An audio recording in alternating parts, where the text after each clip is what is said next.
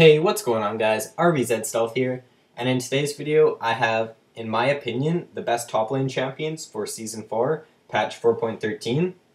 And before I get into the video, I just want to say thank you for all the support in my last couple videos. Reading the comments and just interacting with you guys keeps me motivated to make more videos, so if we can keep that up, that'd be awesome. I think we also gained 7 subscribers in one day. So welcome to all the new subscribers to my channel, and I hope you continue to enjoy my content. So first up, I have Ryze. Pros to Ryze are he counters Renekton and Jax, who used to be the gods of the top lane. He's very easy to play because he is a point-and-click champion. He can build tanky damage. For example, if he builds a Frozen Heart, he also gains offensive stats from that because he scales with mana, and he scales very well into the late game because he can be tanky and still do a lot of damage. He has insane DPS, and he's a great lane bully. Some cons to Ryze are he is weak against ranged in lane, for example Lulu. He is weaker early game, and he's fairly easy to gank because he has no mobility, and even once he hits 6, his mobility from his ultimate usually isn't enough to save him from getting ganked. So I'm going to show you guys a little bit of gameplay here of Ryze to explain more what I was talking about in the slide. So Ryze pretty much counters all melee top laners, which makes him such a strong pick in this meta because there's so many melee top laners. In this game I'm playing against Tryndamere, and I've got him poked down because Ryze has really insane poke. When this Xin comes in for a gank, I know I can turn it around because I've got minions attacking him. So right here I level up my Q and I flash in for a kill on Xin. And at this point it's pretty much game over because once you get fed with Ryze, there's not much the enemy team can do. This Tryndamere has no chance at 1v1ing me, and pretty much anybody else on their team cannot 1v1 me right now. So the powers of Ryze in the top lane, if you can just poke down your opponent, then you're just going to have such an easy laning phase, and even if you don't get kills on them, you're going to be able to CS really easily and just scale well into the late game. Next up, I have Rengar. Pros to Rengar are he has insane burst and DPS damage. He has burst damage with his empowered Q, as well as his normal Q, and he's got DPS with his attack damage. He has a game-changing ultimate. For example, if one of your team's lanes are losing and Rengar can roam and use his ultimate on that lane, if he can pick up a kill for one of his teammates that isn't doing so well, it's just going to help your team come back and have a better chance at winning games. He snowballs extremely hard. Once Rengar can get his core items, if he can get them quickly, then he can pretty much 100-0 any squishy in the game. Teams have to play cautiously when there's a Rengar on the enemy team, because if, for example, the enemy squishy splits off from their team, then Rengar could always just come in and take them out really quickly and just make it a 5v4. He has a 1.5 second snare, so this is really useful for when he comes out of his ultimate, or just for using it in teamfights to lock someone down. Some cons to Rengar are he is countered by ranged champions in lane, for example Ryze and Lulu, and they counter him pretty hard. He's useless without his core items. Rengar's main objective is to just burst down someone from stealth pretty quickly, and if he can't do that, then he's not doing his job. His ultimate can be countered by pink wards, and he's pretty vulnerable after ulting. If he doesn't do his job and kill an enemy really quickly, then he'll get bursted down if he doesn't have backup from his team. So here's some gameplay for Rengar. In this game as Rengar, I pretty much destroyed my lane. So like I said, the best thing you can do is to just start roaming and help your other lanes out. This bot lane's not faring too well. They're getting pushed into tower, so I just decided to come down bottom and try to make something happen to solidify our win even more. So we get a kill on Lux here, and bot lane gets time to free farm and just pad to our lead. We're pretty much going to win this game, but this just helps solidify our win even more. So next I have Lulu. Pros to Lulu are, like Ryze, she counters Renekton and Jax because she just has so much range over them. And if they try to jump on her, she has escapes with her Whimsy as well as her slow on her Q. She has very few counters in the top lane because of her range and her poke damage.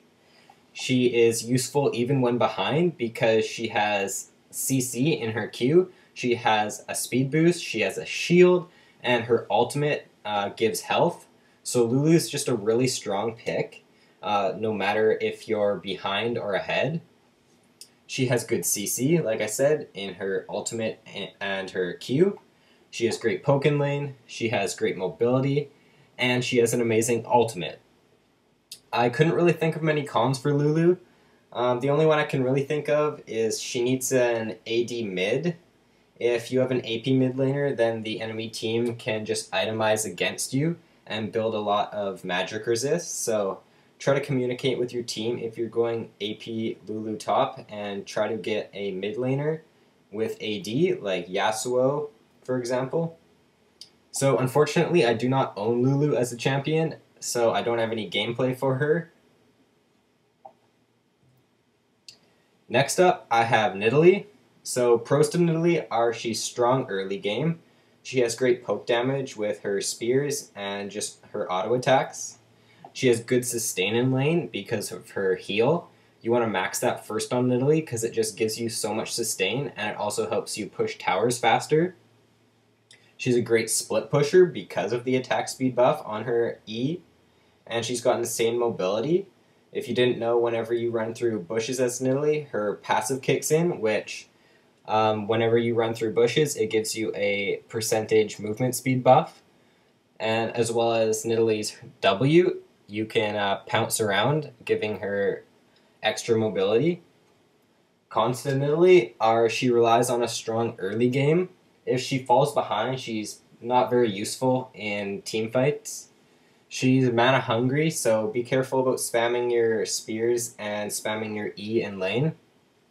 She's weaker late game, and she has a lackluster teamfight presence. Like I said, if you don't get ahead with Nidalee and have those items, then she can't really do much in teamfights like the old AP Nidalee could. So yeah, there's Nidalee, and here's some gameplay. Like I said in my slideshow, Nidalee has a really strong early game, and this clip right here just showcases it really well.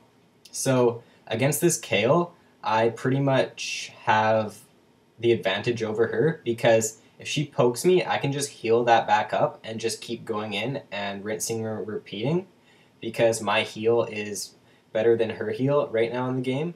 So I'm just poking her down with auto attacks because my autos hurt more than her E does right now.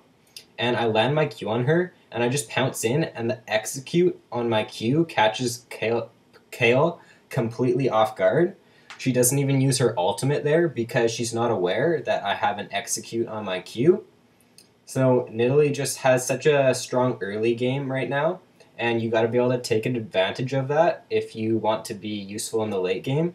Just make sure you're poking down your opponents with your auto attacks and landing spears whenever you can.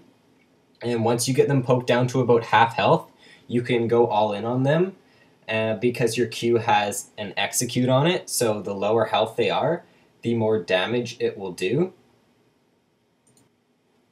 Alright, so my number one pick for top lane for this patch is Gragas. Pros to Gragas are he has great sustain in lane because of his passive. He has great harass in lane with his barrels.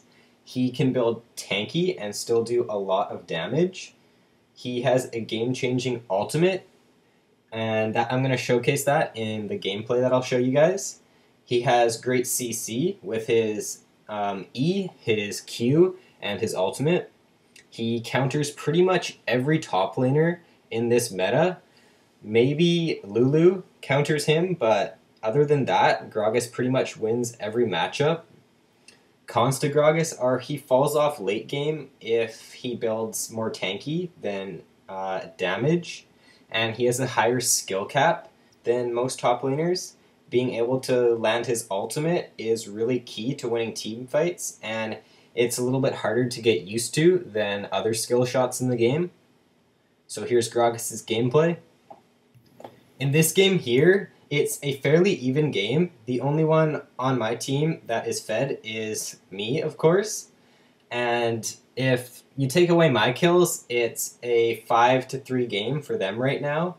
So it's pretty much even. And this team fight here, I'm going to showcase why I think Gragas is the best top laner in the meta right now, because he just brings so much to a team fight. So Morgana, she lands a binding on Darius there. I go in, I land my CC, and I totally isolate that Malphite from the fight. He has to flash out, but I can go back in, use my CC again, because it's on such a short cooldown, and I can just take out Malphite because I isolated him from the fight with my ultimate. So if you can get your ultimate off on a squishy target and isolate them, then that is just so key to winning that fight. If you can do that as Gragas and master him to that extent, then he's going to be a really strong pick for you, and you're going to be able to carry a lot of games. So Gragas just has probably the best kit out of any top laner right now, which is why I think he is the best top laner for Season 4, patch 4.13. Honorable mentions for this patch include Jax, Renekton, and Aatrox. The reason why I didn't include them on this list is because ranged champions counter them pretty hard, as well as poke champions. So, however, if they can get a melee matchup, then they dominate melee matchups pretty hard. It's really a situational pick with these champions right now. So if you can get that melee matchup, then they dominate lanes. However, against range matchups, they struggle quite a bit because they can get poked down and kited pretty hard. So yeah, that's pretty much it, guys. If you enjoyed the video, be sure to like and subscribe for more League of Legends content. And let me know what you thought of the gameplay in this video, instead of just scrolling through the slides and explaining them that way. If you guys enjoyed the gameplay in there, be sure to comment and let me know. So, like and subscribe if you enjoyed, guys, and I'll see you in my next video.